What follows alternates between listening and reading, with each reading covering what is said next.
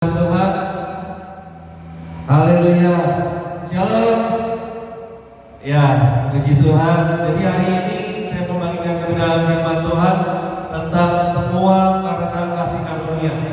Jadi pentingnya saya bagikan firman Tuhan ini bukan bagi kita saja orang percaya, tapi kita bisa bagikan bagi orang yang belum percaya kepada Yesus. Nah, ayat firman Tuhan dalam Efesus 2 ayat 8 sampai 10. Efesus 2 ayat 8 sampai 10. Kita bisa buka Alkitab kita. Saya bacakan bagi saudara. Efesus 2 ayat 8 sampai 10. Sebab karena kasih karunia kamu diselamatkan oleh iman. Itu bukan hasil usahamu, tetapi pemberian Allah. Itu bukan hasil pekerjaanmu.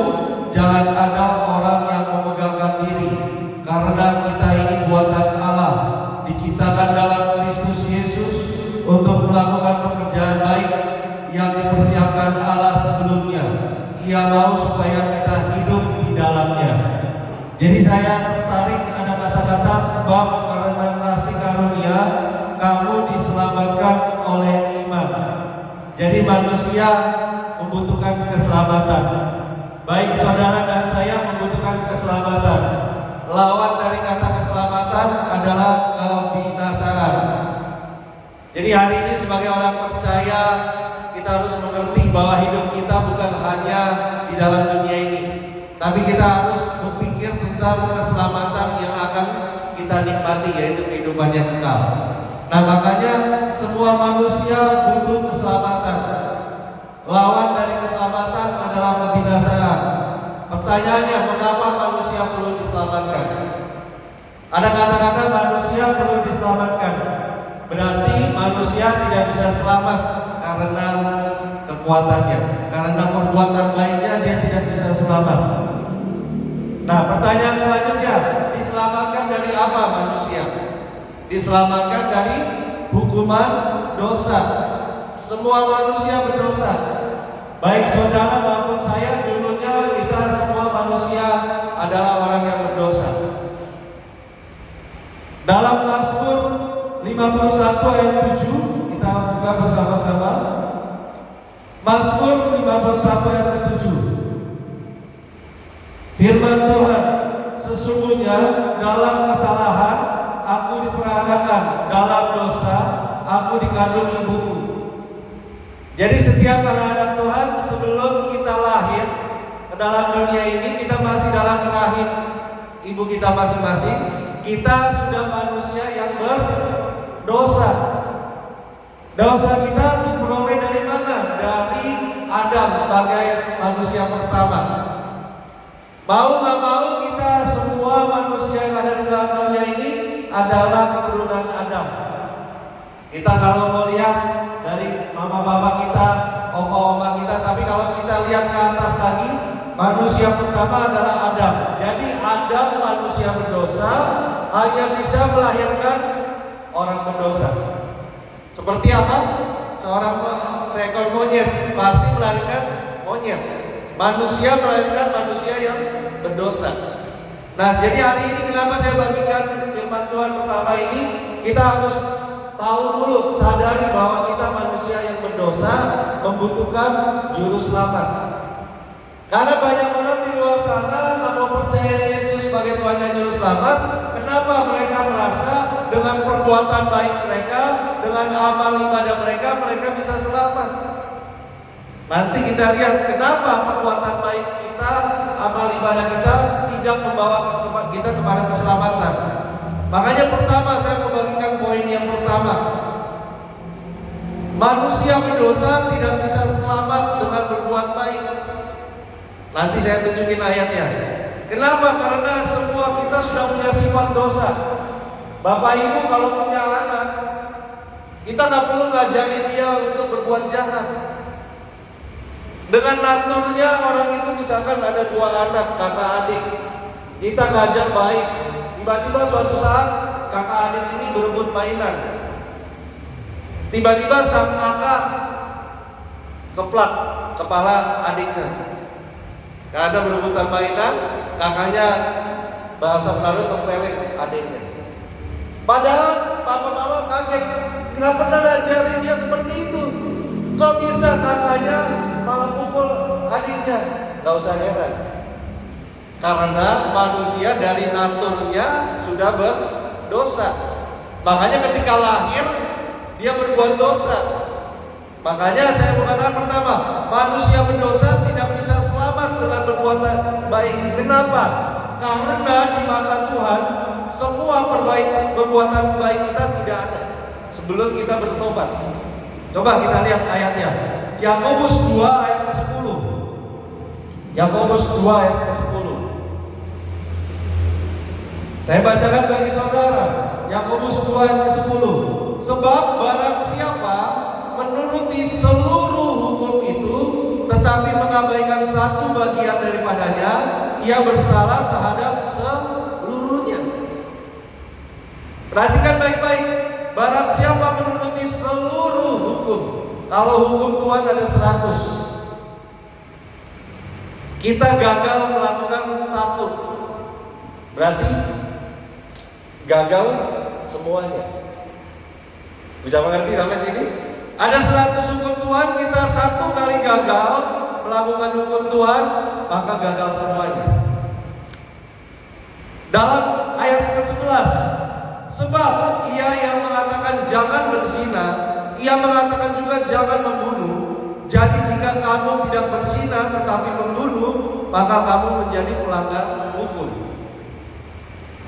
Makanya perbuatan baik kita tidak bisa membawa keselamatan. Kenapa? Orang bilang dia nggak mencuri, dia nggak bunuh orang, tapi dia bersaksi dusta, dia sudah berdosa. Makanya harus sempurna melakukan semua hukum Tuhan. Nah, bagaimana manusia bisa selamat dengan apa yang tidak ada padanya? Makanya hari ini saya mengingatkan sama kita semua yang mendengarkan firman Tuhan, semua kita butuh juru selamat. Saya bagikan ini sangat penting karena inilah dasar bagi kita untuk menginjil. Kita bagikan bagi orang yang belum percaya, dia merasa dia bisa selamat karena kekuatannya. Makanya hari ini, contoh, saya kasih contoh. Misalkan, kalau bagi orang yang merasa dengan perbuatan baiknya bisa selamat. Seseorang dia naik kendaraan bermotor, kemudian dia nggak pakai helm, ditilang polisi. Kemudian pengadilan untuk tilangnya itu nanti minggu depan, hari Selasa. Dia ditilang minggu lalu, hari Kamis. Nah, hari Kamis, sebelum menunggu hari Selasa, hari Kamis dia melakukan kebaikan. Hari Jumat dia ke panti asuhan, hari Sabtu dia nolong orang miskin, hari Minggu dia ibadah, hari Senin dia kasih persembahan bagi gereja. Hari Selasa tiba pengadilan. Kemudian hakim membaca pengadilan tilangnya, kemudian dia bilang, Pak Hakim, tunggu sebentar.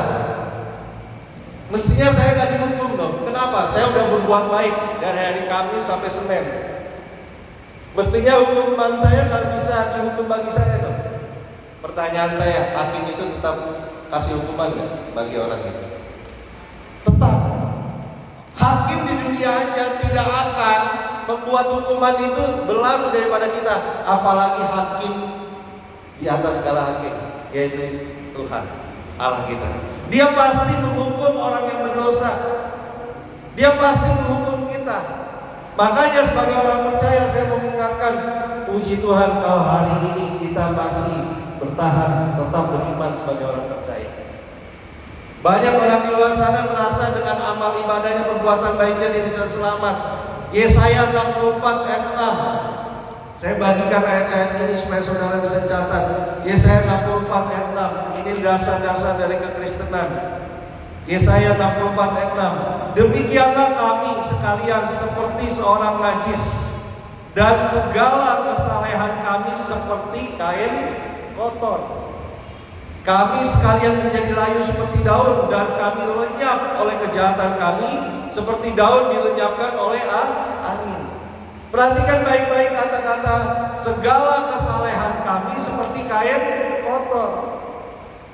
Segala perbuatan kita di mata Tuhan seperti kain kotor. Bagaimana orang bisa selamat dengan perbuatan baiknya? Apa maksudnya kain kotor? Pak Pendeta, apa maksudnya kain kotor itu bukan kain pel, lap ini besi-besi lantai, bukan. Kalau kita baca jemaat Tuhan di terjemahan lainnya, kain kotor itu kain yang bernoda tetap. Pakai soklin, rinso, baiklin, tetap nodanya tetap ada. Kalau dalam terjemahan lain, ada yang menulis seperti kain dari menstruasi perempuan zaman itu. Zaman ini udah ada softtex dan lain-lain. Gak usah tanya kenapa saya tahu, saya gak pakai, tapi saya hanya melihat dan mendengar. Nah, kain dari menstruasi perempuan, bagaimana orang bisa selamat dengan perbuatan baik, sedangkan di mata Tuhan perbuatan baik manusia itu seperti kain dari menstruasi perempuan. Saudara boleh buka juga dalam modern King James Version, ditulis seperti sebuah kain menstruasi. Makanya setiap manusia butuh diselamatkan, karena tidak bisa menyelamatkan dirinya sendiri. Kenapa saya membagikan ini? Inilah Injil. Kita memberitakan bagi orang yang belum percaya, sehingga mereka menerima Yesus sebagai Tuhan dan Juru Selamat. Dalam Roma, kita baca coba Roma 3. Saya bagikan ayat-ayatnya, ayat 10. Roma 3 ayat 10. Seperti ada tertulis, tidak ada yang benar, seorang pun tidak. Mau dia majelis, mau dia hamba Tuhan, mau dia sekaya apapun, kalau dia belum percaya Yesus sungguh-sungguh, maka tidak ada yang benar, seorang pun tidak. Kak, masa majelis hamba Tuhan, kan udah hamba Tuhan, belum tentu. Masih ada banyak hamba Tuhan yang hidup dalam dosa. Masih aja ada hamba Tuhan yang bisa pegang kuasa kegelapan. Nah, makanya hari ini ayat 12, coba kita lihat Roma 3 ayat 12. Semua orang telah menyeleweng, mereka semua tidak berguna, tidak ada yang berbuat baik, seorang pun tidak. Kenapa firman Tuhan ini saya rindu bagikan bagi saudara, ingatkan pada bagi diri kita. Kita bisa diselamatkan, kita masih ada sampai hari ini, bisa punya surga, nanti masuk surga, semua hanya karena kasih karunia Tuhan. Galatia 2 ayat 16, firman Tuhan. Galatia 2 ayat 16. Kamu tahu bahwa tidak ada seorang pun yang dibenarkan oleh karena melakukan hukum Taurat, tetapi hanya oleh karena iman dalam Kristus Yesus. Perhatikan ada kata hanya. Hanya berarti hanya satu-satunya jalan kebenaran dan hidup. Hanya oleh karena iman dalam Kristus Yesus. Makanya bagi kita yang punya teman, baik di sekolah, di tempat pekerjaan, keluarga kita yang belum percaya Yesus, hari ini saya mengajak saudara untuk membagikan kebenaran firman Tuhan ini.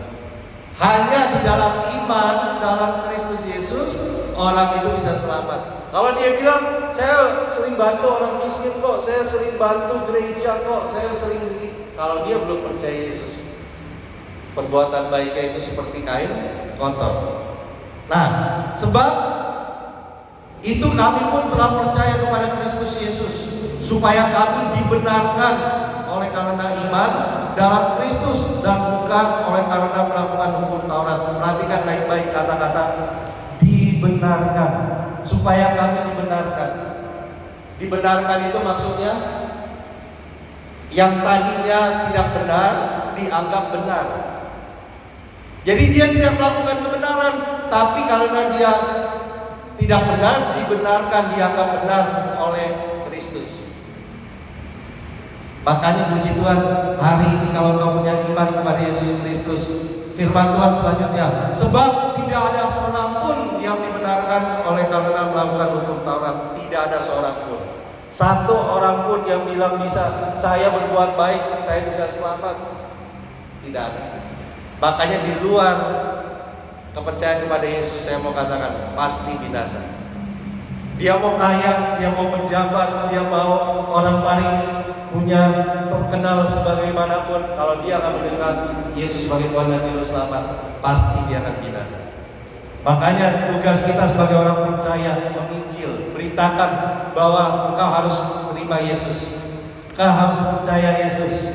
Nah, pertanyaannya, kalau orang banyak berbuat baik tapi tidak percaya, tetap masuk neraka, berarti Allah tidak baik tuh. Masa sih orang banyak berbuat baik tapi dia nggak percaya Yesus tetap masuk neraka? Nah, saya kasih jawabannya. Apakah Allah tidak baik dengan memasukkan orang ini ke dalam neraka? Upah dosa adalah maut. Upah dosa adalah maut. Hanya butuh satu dosa, orang masuk dalam maut. Dia berbuat banyak baik, 99 kali dia berbuat baik, 1 kali dia berbuat dosa, langsung masuk neraka. Karena firman Tuhan dalam Roma bilang upah dosa adalah maut. Kak, perbuatan baik bisa nggak membawa kita masuk surga? Bisa, asal sempurna, tidak pernah melakukan dosa. Pertanyaan saya, gimanakah kita bisa mendapatkan dalam dunia ini tidak ada yang pernah berbuat dosa? Tidak ada. Nah, makanya hari ini Allah justru sudah baik dengan memberikan anaknya, yaitu Yesus Kristus. Manusia tinggal menerimanya aja. Tapi manusia yang nggak mau percaya, justru mereka mengabaikan kebaikan Allah. Makanya pertanyaannya, yang tidak baik itu siapa? Allah atau manusia yang tidak menerima kebaikannya? Nah, makanya hari ini kalau engkau sudah terima Yesus sebagai Tuhan dan Juru Selamat, engkau mengucap syukur. Selanjutnya, yang kedua, poin kedua. Kenapa tadi saya lanjut tadi dulu? Kenapa perbuatan baik itu justru orang percaya harus tetap berbuat baik ya?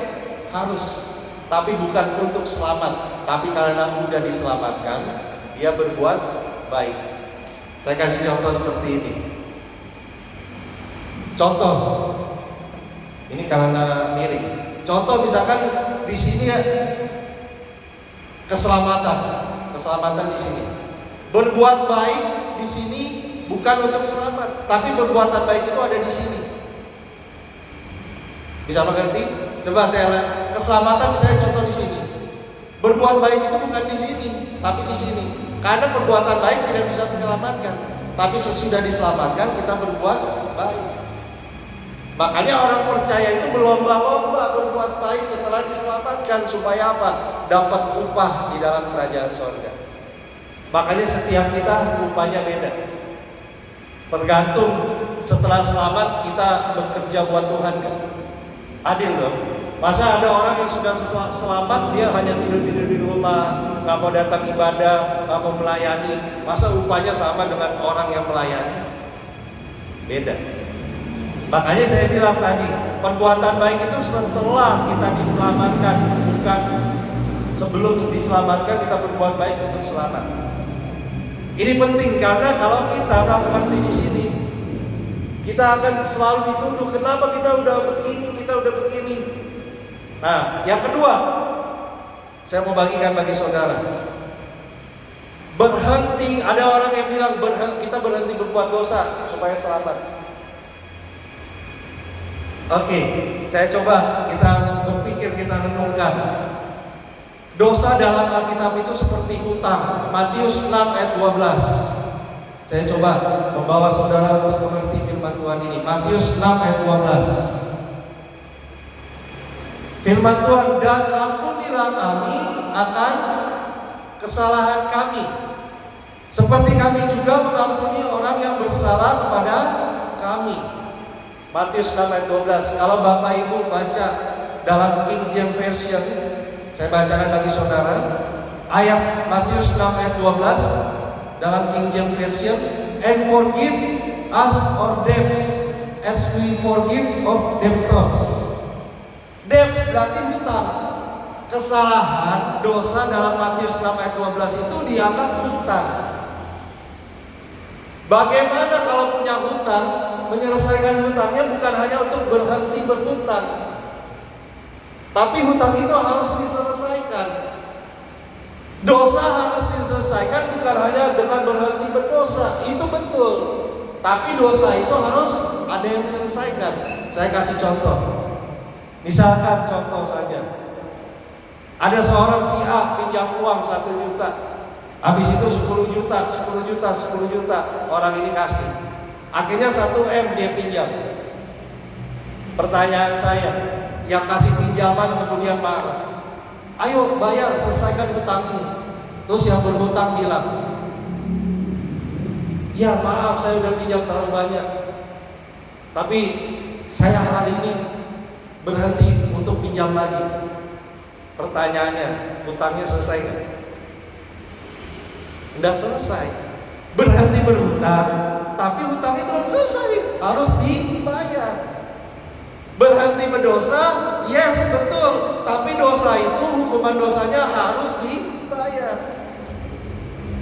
Makanya puji Tuhan, kita percaya Yesus Kristus karena ketika Yesus mati, Dia membayar semua hutang dosa kita. Makanya orang yang nggak percaya Yesus, bagaimana dia bisa membayar hutang dosanya? Dengan berbuat baik? Tidak. Allah nggak menerima perbuatan baik kita. Karena perbuatan baik harus sempurna, baru orang bisa selamat. Tapi tidak ada yang bisa sempurna melakukan perbuatan baik. Nah, makanya di sini orang itu kalau dosanya banyak, berarti dia berhutang banyak kepada Allah. Seperti tadi saya contohkan. Pinjam sampai 1 M, dia bilang saya berhenti pinjam lagi, tetap orangnya akan nagih karena belum diselesaikan hutangnya. Nah makanya hari ini saya mau katakan poin kedua, berhenti berbuat dosa karena sudah diselamatkan, bukan untuk selamat. Perhatikan baik-baik. Orang berhenti berbuat dosa karena dia udah bersyukuri dia udah diselamatkan, saya nggak mau berdosa lagi. Nah makanya siapakah yang bisa membayar hutang kita kepada Allah? Hutang manusia kepada Allah terlalu berat, terlalu banyak, membutuhkan orang lain untuk membayar hutang itu. Makanya orang yang mengutang 1 M ini dia nggak mampu bayar. Tiba-tiba kalau ada satu orang yang dengan kerelaan membayar hutangnya 1 M kepada si pihak yang meminjamkan, itu gambaran Yesus membayar hutang dosa kita. Makanya manusia ketika berdosa, manusia lagi berhutang kepada Allah. Makanya Yesus membayar hutang dosa kita kepada Allah. Bukan manusia dengan perbuatan baiknya membayar hutang dosa. Nah makanya kenapa butuh juru selamat? Karena kita tidak bisa membayar hutang dosa kita, sekalipun kita berhenti berbuat dosa. Berhenti berbuat dosa itu bagus, tapi sesudah kita diselamatkan, itu buah dari keselamatan kita. Yang ketiga, poin ketiga, saya bagikan. Setelah poin pertama tadi perbuatan baik tidak menyelamatkan, yang kedua kita berhenti berbuat dosa karena kita sudah diselamatkan, bukan untuk selamat. Yang ketiga, manusia diselamatkan hanya karena kasih karunia yang diterima melalui iman. Saya bagikan ini kenapa? Supaya kita bisa bagikan bagi setiap orang yang belum percaya. Banyak orang di luar sana bilang, ngapain percaya Yesus? Kan saya yang penting hidup baik, hidup benar, pasti diselamatkan. Manusia diselamatkan hanya karena kasih karunia yang diterima melalui iman. Apa itu kasih karunia? Kasih karunia, saya kasih contoh. Jika ada satu orang pembantu rumah tangga kerja di rumah saya, dia kerja 1 bulan, saya gaji 1 juta atau 2 juta. Itu kasih karunia bukan? Bukan. Karena dia melakukan pekerjaannya mendapatkan upah. Kecuali dia nggak kerja, saya kasih upah. Saya kasih duit 2 juta, itu namanya kasih karunia. Baik banget. Tapi kalau pembantu rumah tangga ini kerja, kemudian saya kasih upah 2 juta, itu bukan kasih karunia. Tapi memang selayaknya dia menerima itu. Kita nggak layak menerima keselamatan. Kita nggak layak dengan perbuatan kita baik kita nggak layak diselamatkan siapapun dia. Dosa kita terlalu berat. Bahkan kita mewarisi dosa dari Adam, manusia pertama. Makanya Tuhan bilang, turun ke dalam dunia sebagai wujud manusia, yaitu Yesus Kristus. Barang siapa percaya kepada anaknya, yaitu Yesus Kristus, maka tidak binasa, melainkan beroleh hidup yang kekal. Itu kasih karunia. Kita nggak layak, tapi Tuhan sendiri yang datang menawarkan kelayakan itu. Makanya hari ini nggak ada dari kita yang bisa bermegah dalam hidup ini. Semua hanya karena kasih karunia. Nah, makanya ini sangat penting. Apa alasan Allah mau menyelamatkan kita? Pertanyaannya. Kalau kita tanya dalam diri kita, kenapa Allah mau menyelamatkan kita? Apa kita bilang karena kita manusia, kita berbuat baik? Saya mau katakan sama saudara, Allah menyelamatkan kita hanya karena semata-mata kasih Dia.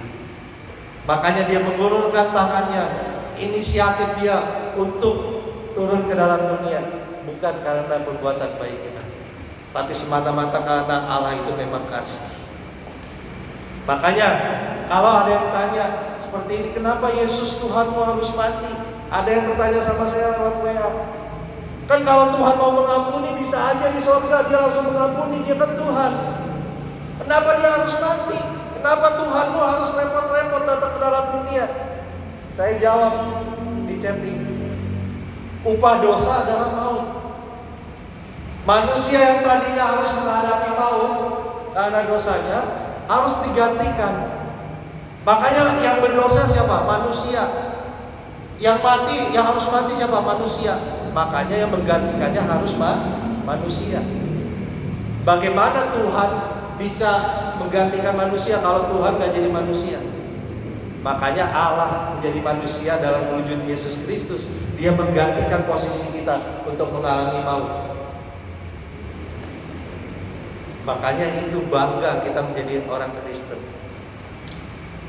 Nah, bangga kita jadi orang Kristen, jangan sampai murtad. Bahkan anak-anak muda saya selalu bilang dalam khotbah saya, jangan karena harta, tahta, dan cinta kita meninggalkan Yesus.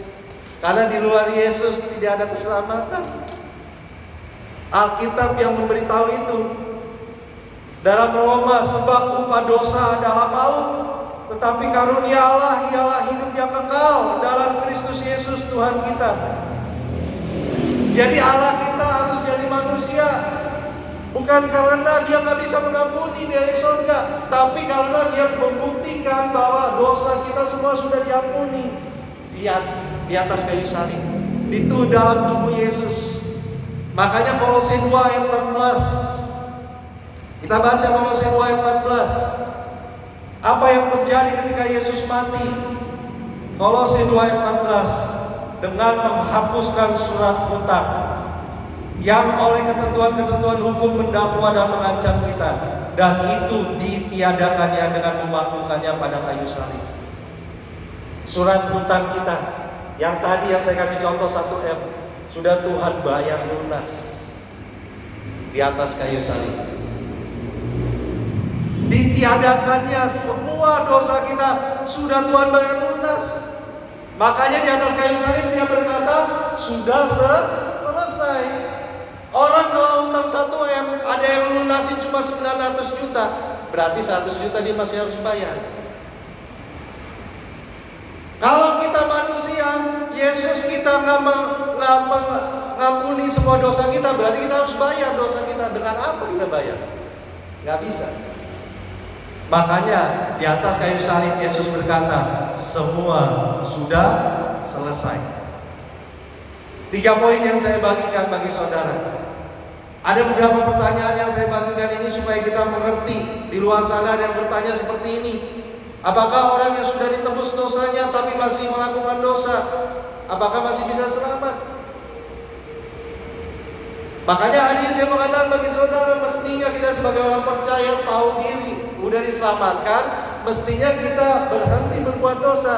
Tapi kalau kita sekalipun jatuh dalam dosa, firman Tuhan katakan 1 Yohanes 1 ayat 9. 1 Yohanes 1 ayat 9. Jika kita mengaku dosa kita, maka Ia adalah setia dan adil, sehingga Ia akan mengampuni segala dosa kita dan menyucikan kita dari segala kejahatan. Perhatikan baik-baik, ada kata segala 2 kali. Mengampuni segala dosa menyucikan kita dari semua dosa kita. Yesus sudah mati bagi semua dosa kita. 2000 tahun yang lalu sebelum kita ada, Yesus sudah mati bagi semua dosa kita. Anak muda di tempat ini, Bapak Ibu di tempat ini, kita bertobat tahun berapa? Yesus sudah mati sebelum kita bertobat. Pertanyaannya ketika saya kasih contoh, Yesus mati di sini. Waktu mati Yesus di sini, kita bertobat di sini, Yesus sudah ampuni. Pertanyaannya nanti dosa di sini, Yesus sudah ampuni belum? Sudah, segala, tapi kita harus mengakuinya. Ada yang bertanya, Kak, berarti kita bebas melakukan dosa? No, lihat ayat 1 Yohanes 2 ayat 1. 1 Yohanes 2 ayat 1. Saya bagikan semua ayat supaya kita hati-hati dalam memahaminya. 1 Yohanes 2 ayat 1 dan 2. Anak-anakku, hal-hal ini kutuliskan kepada kamu, supaya kamu jangan berbuat dosa. Kenapa saya banyak memberitakan tentang dosa? Hal ini sangat sensitif. Bahkan sama anak muda saya bilang, usia muda itu usia yang berbahaya. Orang tua selalu bercerita, kalau saya muda saya begini. Seakan-akan orang tua mau jadi muda lagi. Nggak bisa. Kenapa dibanggakan usia mudanya? Karena usia muda itu berbahaya. Bebas untuk melakukan apa saja, mau cari sesuatu tentang apa saja. Makanya anak muda harus hidup takut akan Tuhan. Firman Tuhan katakan apa? Jangan berbuat dosa. Coba kita lihat selanjutnya. Namun jika seorang berbuat dosa, berarti jika kita berbuat dosa, kita mempunyai seorang pengantara pada Bapa, yaitu Yesus Kristus. Dan Ia adalah pendamaian untuk segala dosa kita. Dan bukan untuk dosa kita saja, tapi juga untuk dosa seluruh dunia. Firman Tuhan udah tahu manusia bisa jatuh lagi dalam dosa. Tapi Tuhan bilang firman-Nya, kalau kita manusia jatuh dalam dosa, datang kepada Dia, bukan malah lari. Nah, kalau orang percaya tetap melakukan dosa, dia akan terima akibatnya apa? Wahyu 3 ayat 19. Dia akan ada akibatnya. Dia akan terima keselamatan, tapi dalam dunia ada akibatnya. Wahyu 3 ayat 19. Barang siapa kukasihi, ia kutegur dan kuhajar. Sebab itu lerakanlah hatimu dan bertobat. Ini berarti masih ada dalam dunia. Kalau orang percaya masih melakukan dosa, nggak bisa seenaknya saja, akan Tuhan hajar. Anak muda seperti itu, orang tua juga seperti itu, hamba Tuhan juga seperti itu. Ada hajaran Tuhan, bentuknya beda-beda. Kita nggak pernah tahu, karena yang menghajarkan bukan manusia, Tuhan. Makanya hati-hati. Kita udah terima anugerah Tuhan, tetap kita hidup dalam kebenaran firman Tuhan. Pertanyaan kedua yang sering ditanyakan di luar sana, mengapa orang percaya masih perlu mengakui dosa-dosa kalau semua dosa katanya sudah diampuni? Saya nggak tahu jemaat Tuhan di tempat ini, setiap hari saya selalu mengakui dosa sama Tuhan. Meskipun Tuhan kita udah mengampuni kita, dalam satu hari mungkin ada salah perkataan, salah perbuatan. Mengapa orang percaya masih harus mengakui dosa kita memang sudah diampuni, tapi kita tetap harus mengakui dosa? Kenapa? Perhatikan baik-baik. Hubungan kita sama Allah, kita harus gambarkan ada dua. Pertama, manusia dan Allah itu hakim yang harus menghukum orang berdosa. Itu yang pertama. Karena apa? Kita manusia berdosa, jadi dia hakim harus menghukum. Tapi hukumannya tidak ditimpakan kepada kita bagi orang yang percaya, tapi ditimpakan di tubuh Yesus. Makanya hakim itu udah menghukum Yesus, nggak menghukum lagi kita. Makanya ada kan, kasih dan kehadiran Allah ada di atas tubuh Yesus di kayu salib. Allah penuh kasih, tapi Allah juga adil, nggak bisa tidak menghukum orang berdosa, tapi Dia kasih, Dia nggak bisa menghukum orang berdosa. Gimana caranya? Dihukum di dalam tubuh Yesus. Nah, makanya kenapa kita harus mengakui dosa kita? Yang kedua, supaya hubungan kita Bapa dan anak tetap terjalin. Makanya firman Tuhan katakan, bukan Tuhan tidak kurang tajam pendengarannya, bukan Tuhan tidak kurang tajam panjang tangannya untuk menolong kita, tapi yang memisahkan kita adalah dosa. Kalau kita nggak mengakui dosa kita, relasi kita sama Bapa akan terhalang, doa kita akan dijawab. Satu contoh cerita sebelum saya mengakhiri firman Tuhan. Seorang anak, ada dua anak, adiknya kasih pica barang papanya. Tapi papanya nggak tahu, nggak lihat. Kemudian adiknya bersih-bersih, kemudian disimpan, dikuburin barang itu di tanah. Singkat cerita, ternyata kakaknya lihat, sembunyi-sembunyi kakaknya lihat.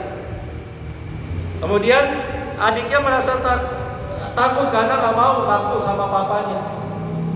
Akhirnya tiap hari ke sekolah, dua-dua dapat uang jajan. Singkat cerita, kakaknya sama-sama di jalan ke sekolah bilang sama adiknya, dia senggol adiknya, "Dek, uang jajan." "Ih, kenapa? Kan dapat uang jajan dari papa." "Kemarin saya lihat adik picain barang papa." Adik dikasih uang jajannya karena takut dilaporin. Hari kedua berjalan begitu juga, uang jajannya diambil lagi. Hari ketiga begitu lagi. Karena apa? Adiknya takut kakaknya lapor sama papanya, uang jajannya diambil terus. Singkat cerita, dia bosen karena lapar, nggak makan-makan. Dia bilang, dia datang sama papanya. Kakaknya nggak tahu, dia datang, dia nangis, "Pak, maaf Pak, waktu itu hari ini saya picain barang papa." Terus papanya bilang, "Anakku, sebenarnya papa udah tahu kamu pecahin barang itu. Tapi papa tahu kamu datang ngaku sama papa." Jadi Tuhan itu tahu kalau kita telah berbuat dosa, tapi Tuhan tahu kita datang mengakuinya. Nah, makanya di sini saya mau katakan bagi saudara, kenapa kita masih mesti harus mengakui dosa supaya relasi kita sama Tuhan itu seperti Bapa sama anak itu terjalin. Itu yang saya lakukan setiap hari. Yang terakhir, poin terakhir. Di luar sana bertanya, jika keselamatan hanya melalui iman, mengapa orang percaya tetap harus perlu berbuat baik setelah diselamatkan? Roma 3:24.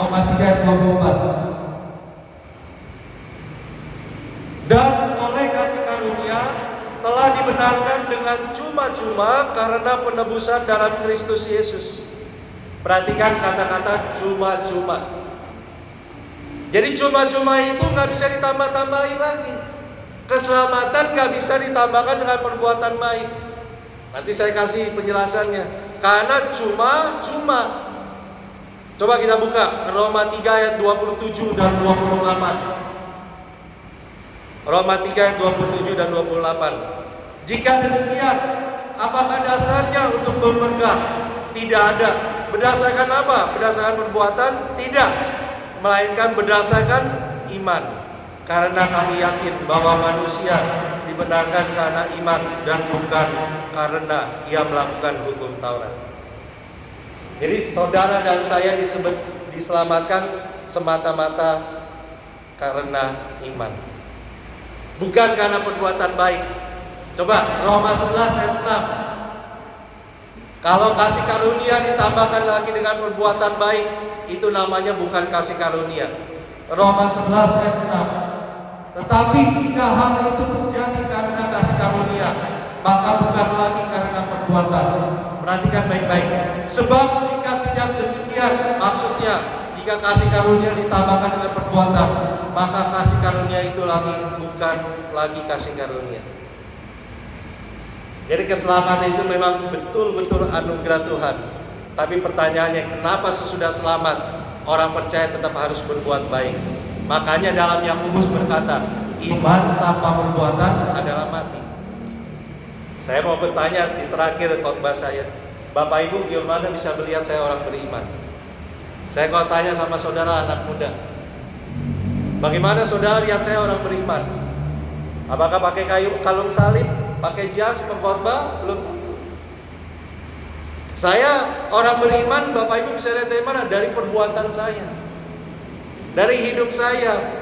Makanya Yakobus menulis, iman tanpa perbuatan adalah mati. Perbuatan itu untuk menunjukkan iman kita, bukan untuk selamat. Untuk menunjukkan bahwa itu loh orang beriman. Orang beriman datang ke gereja beribadah, bukan tidur-tidur di rumah. Orang beriman memberikan persembahan, orang beriman berkorban, orang beriman tolong orang miskin, bantu orang susah. Orang beriman kata-katanya harus jadi berkat. Makanya iman tanpa perbuatan adalah mati. Perbuatan kita, perbuatan baik kita menunjukkan iman kita. Kenapa seperti itu? Ketika diselamatkan, orang percaya dapat Roh Kudus. Apa pekerjaan Roh Kudus dalam hidup kita? Melakukan pengudusan. Makanya ada buah-buah roh. Karena udah diselamatkan, bukan untuk selamat, tapi karena kita sudah diselamatkan, terima Roh Kudus. Roh Kudus bekerja melakukan pengudusan. Makanya saudara dan saya, perkataannya perkataan yang menjadi berkat, perbuatan jadi berkat karena sudah diselamatkan. Makanya hari ini saya katakan, semua hanya karena kasih karunia. Mengapa kita tetap harus berbuat baik? Pertama, untuk mengucap syukur karena kita sudah diselamatkan. Kedua, hidup orang Kristen harus tetap dalam kebenaran untuk memuliakan Tuhan. Bagaimana orang di luar sana bisa melihat kita seorang orang Kristen dari cara hidup kita, cara perkataan kita. Makanya anak muda, saya berkata, saya pernah pimpin, saya bilang kalau anak muda harus jadi terang. Kalau di sekolah yang lain nyontek, kita nggak nyontek. Kalau yang di sekolah nyontek, yang orang nggak percaya nyontek, kita tetap nyontek, sama aja.